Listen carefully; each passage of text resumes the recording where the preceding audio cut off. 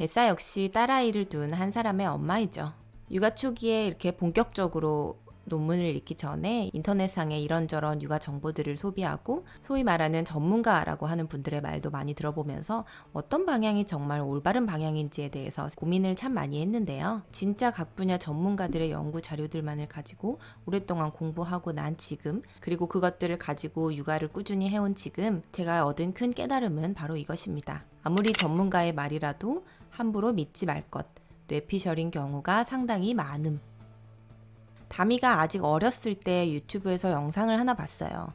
아기가 신생아 때부터 안 되는 건 안 되는 거, 그리고 룰을 어떤 권위에 의해서 가르치는 것, 아기가 스스로 감정 조절을 할 수 있도록 혼자 울음을 그치도록 내버려 두는 것, 이런 것들이 두 돌 전 아이의 자기 통제력을 기르는데 굉장히 중요하다고 말하고 있는 영상이었는데요. 그 당시에는 이런 주장을 하는 사람도 있구나 이렇게 생각했던 것 같아요. 나름 전문가로 이미 유명하신 분이긴 했지만 아동 심리 쪽을 공부하신 분도 아니었고 그냥 전반적으로 제 육아 방침과는 좀 맞지 않아서 그냥 넘겼던 것 같아요. 최근에 어쩌다 이 영상을 다시 볼 기회가 있었는데요. 제가 다미가 어렸을 때 그 전문가의 말을 전적으로 맹신하지 않은 것이 정말 다행이라고 느껴졌어요. 특히 댓글을 봤을 때는 조금 많이 우려가 됐습니다. 전 세계 수많은 아동심리 전문가들의 말들과 그분들이 오랫동안 열심히 일구어낸 연구 결과들, 그리고 책 이런 데서 이야기하는 것과는 상당히 반대되는 이야기를 하고 있는데 굉장히 많은 부모님들이 그것을 어떤 사실처럼 받아들이고 앞으로 이렇게 육아를 해야겠다라고 다짐하는 모습이 보였거든요. 특히 내가 이때까지 대체로 아이에게 맞춰주고 아이에게 섬세하게 반응해왔는데 이게 잘못된 육아 방식이었다고 생각하시면서 슬퍼하는 부모님의 모습까지 보여서 굉장히 안타까웠어요. 어떤 사람이든 모든 분야에 있어서 전문가가 될 수는 없다고 생각해요. 누구나 각자 해박한 영역이 따로 있기 마련이고 어떤 전문가라 하더라도 이런 자기에게 특별히 영향력이 있었던 어떤 경험이나 사건이라던가 철학이라던가 특정 세대가 향유하는 어떤 문화적인 부분 이런 것들에 기반해서 어떤 그냥 정말 뇌피셜에 불과한 그냥 주관적인 주장을 되게 사실처럼 이야기하는 경우도 있거든요. 그래서 각 분야의 전문가들의 어떤 주장이나 의견이나 정보들을 골고루 균형 있게 소비하는 게 굉장히 중요한 것 같습니다. 그래서 저는 육아 정보를 찾아보고 제 육아에 적용할 때 한두 명의 전문가의 말이나 논문 한두 개만 가지고 절대 결정하지 않습니다. 대체로 데이터로 검증되고 대세로 밝혀진 것만을 따르고요. 물론 어떤 영역이나 연구 자료들도 논란이 좀 있긴 합니다만 이렇게 부모의 이상적인 양육 태도 그리고 그것이 아기의 결과치에 어떤 영향을 가져오는지 이런 것들은 사실은 굉장히 오래전부터 많은 사람들의 뜨거운 관심을 받았던 영역이고 학계의 어떤 대략적인 방향성이나 정설 같은 것이 이미 있는 상황이거든요. 많은 아동 발달 연구들이나 책들을 좀 읽어보신 분들이라면 아시겠지만 아기가 스스로를 통제하는 능력은 스스로를 통제할 능력도 없는 아기에게 안 돼, 너가 스스로 울음을 그쳐 이렇게 한다고 절대 길러지지 않습니다. 특히 어릴 때에는 더더욱 그래요. 생애 초기 1년 정도는 반응 육아가 아기의 자기 통제력을 비롯한 모든 뇌 발달의 영역에서 굉장히 중요한 것으로 알려져 있거든요. 물론 100% 반응해주고 달래주고 이런 건 좀 어려울 수도 있지만 안 돼.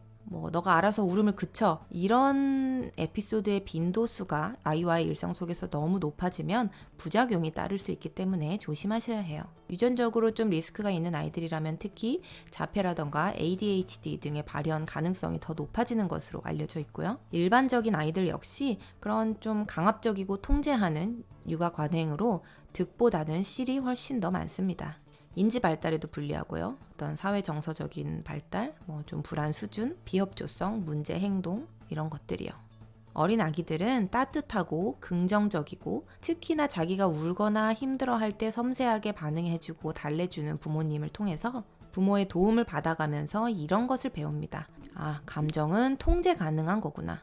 내 감정을 무시하지 않고 받아주는 누군가가 있구나. 이 믿음을 바탕으로 부모님과 안정적인 애착 관계와 유대 관계가 생기고요. 부모님과 이렇게 긍정적인 관계가 형성된 다음에 부모님이 아이에게 주는 메시지는 아이에게 영향력이 생깁니다. 이 영향력은 부모가 이렇게 해 라고 해서 좀 강압적으로 따르게 되는 영향력이 아니고 아이가 조금 더 자발적으로 따를 수 있는 긍정적인 영향력입니다. 긍정적인 관계를 기반으로 아이는 부모님께 이렇게 반복적으로 들은 메시지를 내재화할 수 있고 이에 따라서 스스로를 통제하려는 노력을 조금씩 해나가게 돼요. 바로 사회적 학습 이론이라는 것입니다. 쉽게 말하면 엄마 아빠가 평소에 이렇게 하라고 하는 것들에 대해서 스스로 자발적으로 이렇게 해야겠다, 이렇게 하고 싶다, 이렇게 된다는 거죠. 다미는 요새 저희와 함께 있을 때 저희가 나서서 뭐라고 막 하지도 않았는데 스스로 이런 말을 해요. 여기는 내리막길이니까 뛰면 안 돼. 엄마 여기는 내리막이니까 여기 무릎 여기는 내리막이니까 나도 있어. 조심히 가야 돼. 조심히 가야겠다. 엄마 많이 안 보고 이거 하나만 볼게요. 집에서 쿵쿵 뛰어다니면 안 돼. 밑에 이모가 힘들어. 물론 저희가 많이 했던 말들이고요. 아직 어린 아기인 만큼 자신의 행동을 완벽하게 물론 통제하지 못합니다.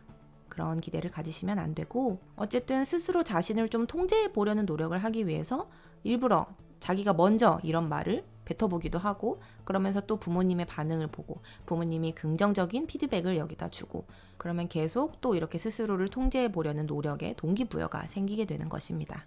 안 되는 건 안 되는 거야. 무조건 앉아서 먹어야 해. 아기가 뭐 울든 말든. 이렇게 어른이 만든 룰을 이해하지도 못하는, 룰의 개념조차 알지 못하는 아이에게 룰을 따르도록 강요한다거나 울더라도 어쩔 수 없어. 이건 해야 돼. 전반적으로 이런, 뭐 가끔은 그럴 수도 있겠지만 전반적으로 이런 식으로 접근해야 아이의 자기 통제력이 길러진다는 것으로 받아들이는 것은 솔직히 말하면 조금 위험합니다.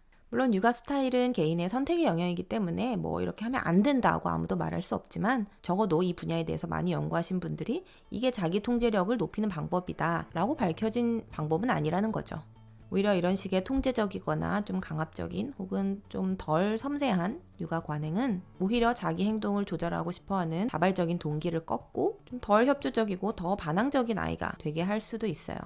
어릴 때 잘 생각해 보세요. 부모님이 너는 학생이니까 공부하는 거야. 공부는 그냥 무조건 하는 거야. 뭐 이렇게 말한다고 해서 내가 스스로 방에 들어가서 열심히 자발적으로 공부를 하게 되던가요? 더 역효과가 나기 마련이죠. 옛날에는 어린 아기들도 이런 방식으로 키웠을 수도 있겠죠. 하지만 옛날 방식이 무조건 맞는 거라면 우리는 아직도 아이들을 체벌하는 사회에 살고 있지 않을까요? 아이를 키우는 더 나은 방법들에 대해서 많은 학자들이 연구하고 일구어낸 연구 결과들을 바탕으로 전 세계가 조금씩 더 나은 방향으로 나아가고 있는 거라고 생각해요. 물론 안 되는 건 분명히 있습니다. 안 되는 것까지 다 허용해주는 방식은 자기 통제력 발달에 당연히 좋지 않아요. 다만 이 안 되는 것을 맥락 없이 그냥 좀 권유에 의해서 그냥 안 돼 라고 하는 것은 뭐 많은 부작용이 발생하는 것으로 밝혀졌다는 말씀을 드리는 거고요. 룰을 가르쳐 주되 부모님이 아기의 생애 초기부터 좀 섬세하고 따뜻하게 반응해주고 그 결과로 형성되는 어떤 강력한 유대 관계를 바탕으로 일관적으로 부드럽게 룰을 반복적으로 말해주고 가르쳐주는 것이 바람직할 거예요. 아이가 룰이라는 것을 이해하고 말을 좀 알아들을 무렵부터요. 그러면 제가 그랬던 것처럼 아니 얘가 언제 이렇게 커서 벌써 스스로를 막 통제하려는 모습을 보이지? 할 정도로 놀라운 통제력을 보여주면서 부모님을 감동시키게 될 겁니다. 물론 육아는 에바에고 상황에 따라 다르니까 100%라고 말씀드리긴 어렵겠죠. 하지만 데이터를 근거로 하는 대다수의 경향성을 보면 그렇다는 것이고요. 어렸을 때부터 반응 육아를 받으며 자란 다미의 자기 통제력도 이런 대다수의 경향성에 어느 정도 포함되는 거라고 생각합니다. 제가 약속드렸던 나쁜 식습관 관련 영상 있죠? 이거 준비하다가 갑자기 좀 간단히 찍어서 공유드리면 좋겠다고 생각해서 찍게 된 영상인데요. 돌아다니면서 먹는 아이를 어떻게 앉혀서 먹일까에 대해 생각하다가 문득 저는 다미가 어릴 때 그렇게 다미가 앉아서 먹어야 된다는 룰에 굉장히 집착하지는 않았던 것 같다는 생각이 들었어요. 근데 지금은 앉아서 잘 먹고요. 어떤 얌전히 앉아있기 어려워하는 아이의 본능에 대해서 그리고 이 본능을 약간 꺾고 어렸을 때부터 강압적으로 막 무조건 앉아서 먹어야 돼 어른처럼 이렇게 하는 것이 과연 그 시기의 아이들에게 적절한 것일까에 대해서 생각해 보다가 이런 것들을 베프님들께 좀 공유드리고 싶었습니다. 그러면 다음 영상에서는 아이의 나쁜 식습관, 좋은 식습관 이런 것들에 영향을 미칠 수 있는 부모님의 태도에 대해서 말씀드리도록 하겠습니다. 오늘은 여기까지 뱃사였습니다.